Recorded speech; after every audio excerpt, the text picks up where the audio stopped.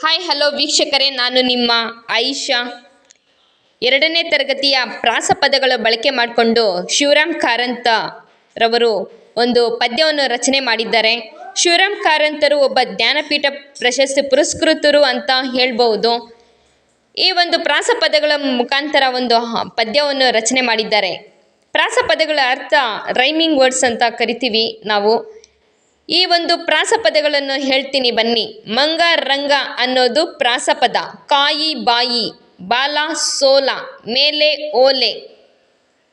ಪದಗಳು ಬೇರೆ ಬೇರೆ ಆಗಿದ್ರೂ ಕೊನೆಯಲ್ಲಿ ಉಚ್ಚಾರಣೆ ಒಂದೇ ಆಗಿರುತ್ತದೆ. ಅಂತಹ ಪದಗಳನ್ನು ನಾವು ಪ್ರಾಸಪದ ಅಂತ ಕರಿತೀವಿ. ಈ ಪ್ರಾಸಪದಗಳಿಂದ ಬಳಕೆ ಮಾಡಿಕೊಂಡು ಡಾಕ್ಟರ್ ಕೆ ಶಿವರಾಮ್ ಕಾರಂತರು ಒಂದು ಪದ್ಯವನ್ನು ರಚನೆ ಮಾಡಿದ್ದಾರೆ. ಅದು ನಿಮ್ಮ ಮುಂದೆ ನಾನು ಹಾಡಲಿಕ್ಕೆ ಇಷ್ಟಪಡ್ತೀನಿ. ವೀಕ್ಷಕರೇ ನೋಡಿ.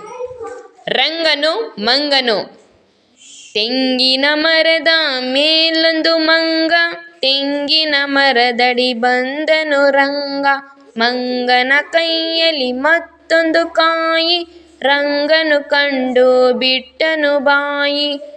ಹಾರುತ್ತ ಎಳೆದನು ಮಂಗನ ಬಾಲ, ಮಂಗನು ಉರುಳಿತು ಹೊಂದಿತು ಸೋಲ.